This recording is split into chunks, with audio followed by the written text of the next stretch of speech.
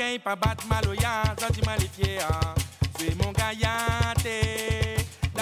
à toutes et à tous, bienvenue dans ce dernier 3 Océans Sport spécial Grand Raid. La Réunion, terre de champions, mais aussi la Réunion, terre de création. Direction tout de suite Saint-André à la rencontre des frères Venkatachelom, une ébénisterie locale qui vient de rejoindre le club très fermé des entreprises du patrimoine vivant. Bonjour Jean-Noël Venkatachelom, vous allez bien? Oui, ça va et vous? Ça va, ça va. Mais écoutez, bienvenue et je vous invite à voir ce qu'on fait avec le tamarin lors de la réunion. Le bois endémique. Le bois endémique, notre bois. Allez, c'est parti.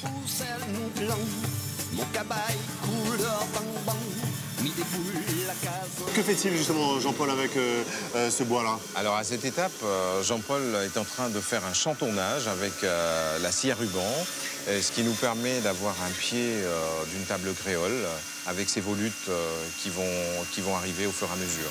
Après le chantournage, l'artisan pose un gabarit sur la pièce, l'équivalent du patron en haute couture. Vient ensuite l'étape cruciale du calibrage. Elle consiste à donner une surface régulière à la pièce de bois. Enfin, l'artisan n'a plus qu'à poncer le pied de la table créole. Alors Jean-Noël, on sort maintenant de la phase de ponçage, une phase importante, mais c'est quoi le résultat final? Eh bien voilà, là nous arrivons à avoir une belle volute qui fait le pied de la table. Et à ce niveau-là, il y a déjà eu le vernissage, ponçage, une petite vérification à la cire, et voilà. D'accord. Vous ne faites pas que des tables quand même, non? Ah ben non, on a d'autres choses et je vous invite à aller découvrir tout ça. Allez, on y va. Ah, vous travaillez aussi ici? Oui, c'est mon bureau. D'accord, ok. Un grand bureau alors. Hein. Alors ça, c'est quoi exactement, Jean-Noël? Alors, on l'a appelé le Petit Bourbon. Donc, joli nom. Exactement. Et ça, c'est un coffre qui renferme quelques trésors. Et ici, nous avons fait une cave à liqueur. Et c'est pour mettre des bons rhums, chose qui met l'ambiance parfois dans une belle soirée, n'est-ce pas? Oui, il faut rappeler quand même qu'il faut consommer l'alcool avec modération, Jean-Noël.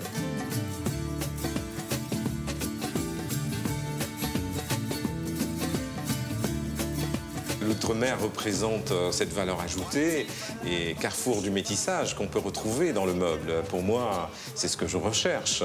Donc, je lance un appel à mes collègues d'outre-mer qui viennent nous rejoindre pour qu'on puisse parler ensemble de notre amour du bois. Merci Jean-Noël Venkatachelom, merci pour cette belle visite. L'appel est donc lancé. Voilà la Réunion, on l'a vu, terre de créativité, mais aussi la Réunion, terre de champions. On part tout de suite sur le Grand Raid. Avec l'arrivée émouvante, éprouvante du dernier, plus de 66 heures, Axel Lebon avait abandonné en 2013. Cette année, après 9 participations, pas question d'arrêter avant la redoute.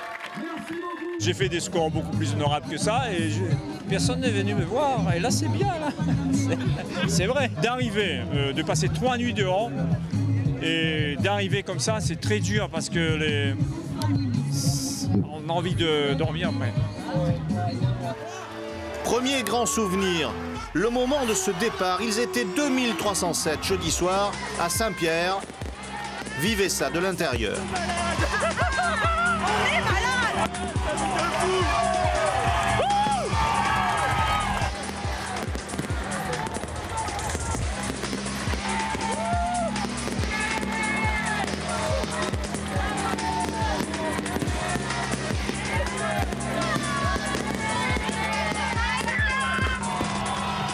Et si ce départ de Saint-Pierre devenait le sacre de Saint-François?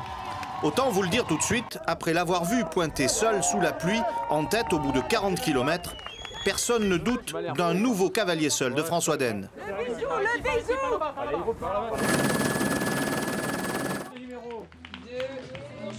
Le vigneron du Beaujolais domine la discipline et règne sans partage sur ce Grand Raid 2014.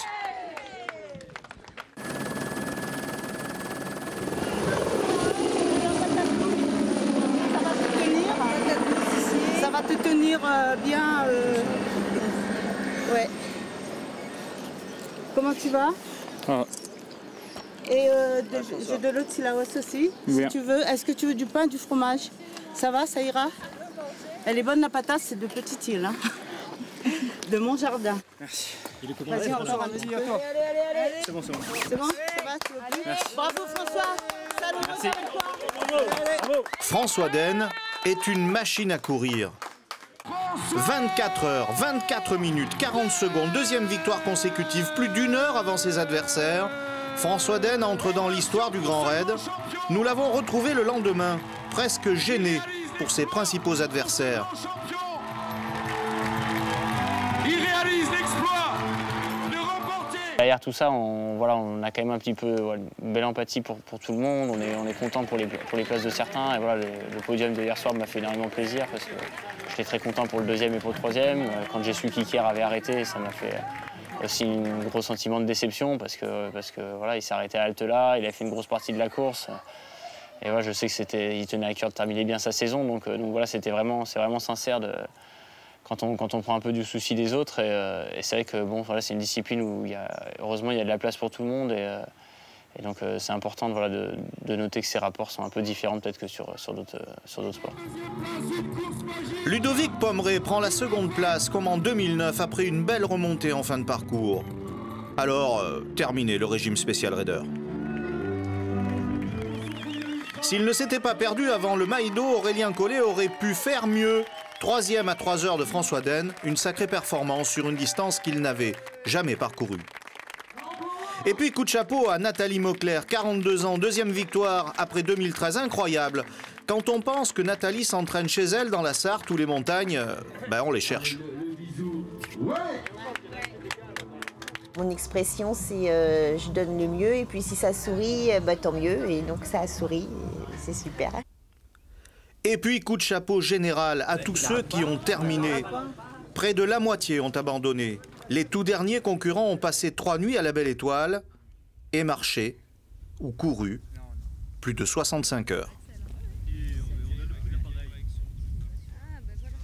François Den restera la star incontestée de ce Grand Raid 2014. 1,92 m pour 75 kg. Un grand monsieur, le meilleur ultra-trailer du monde. Confidence d'un champion hors norme, recueilli par Thierry Blanco.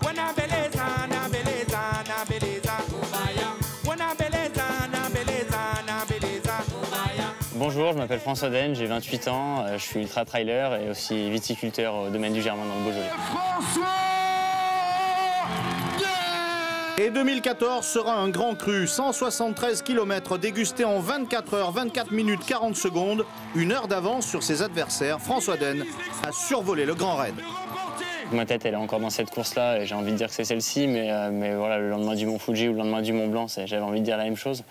Donc non, je pense que chaque fois, c'est des courses différentes avec des saveurs qui sont différentes et particulières. Et à chaque fois, il y a eu des petits ressentis, des petites choses qui font que chaque victoire est fabuleuse. D'accord, c'est magnifique. Mais comment fait-on pour avaler 10 000 mètres de dénivelé positif et une distance aussi longue? La dose d'énergie, de motivation que ça requiert pour pouvoir aller au bout d'une de ces courses, c'est vrai que c'est important.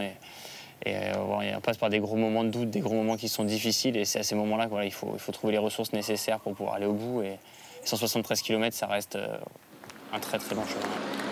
3 victoires majeures cette saison, l'Ultra Trail du Mont Blanc, le Mont Fuji au Japon et bien sûr le Grand Raid. 3 performances majeures.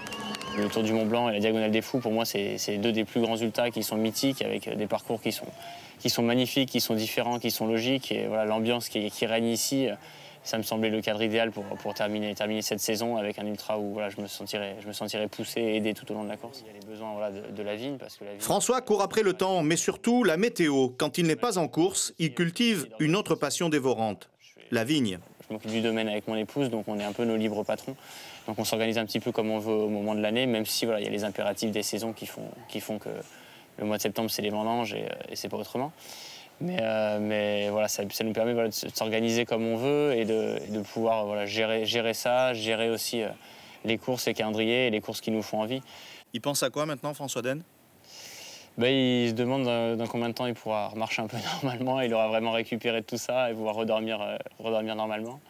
Et puis voilà, je pense aussi à retrouver un petit peu ma famille pour pouvoir partager ce bon moment avec eux et fêter ça avec eux dignement. Il fallait s'y attendre. Grand raid plus long égale plus d'abandon. La moitié des concurrents n'a pas réussi à franchir la ligne d'arrivée. Mais cette 22e diagonale des fous laissera quand même de bons souvenirs. Zapping.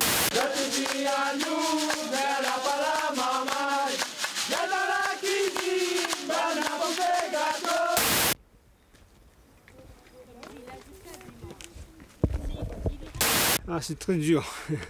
Très très dur, pénible, mais bon. Mais vous allez.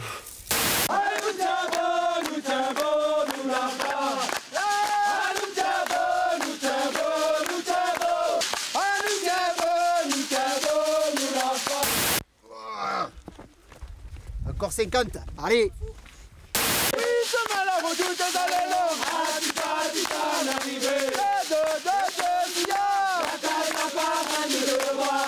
Pour toi qui regarde et qui m'a encouragé, tu ne sais pas qui je suis, mais moi je sais qui tu es.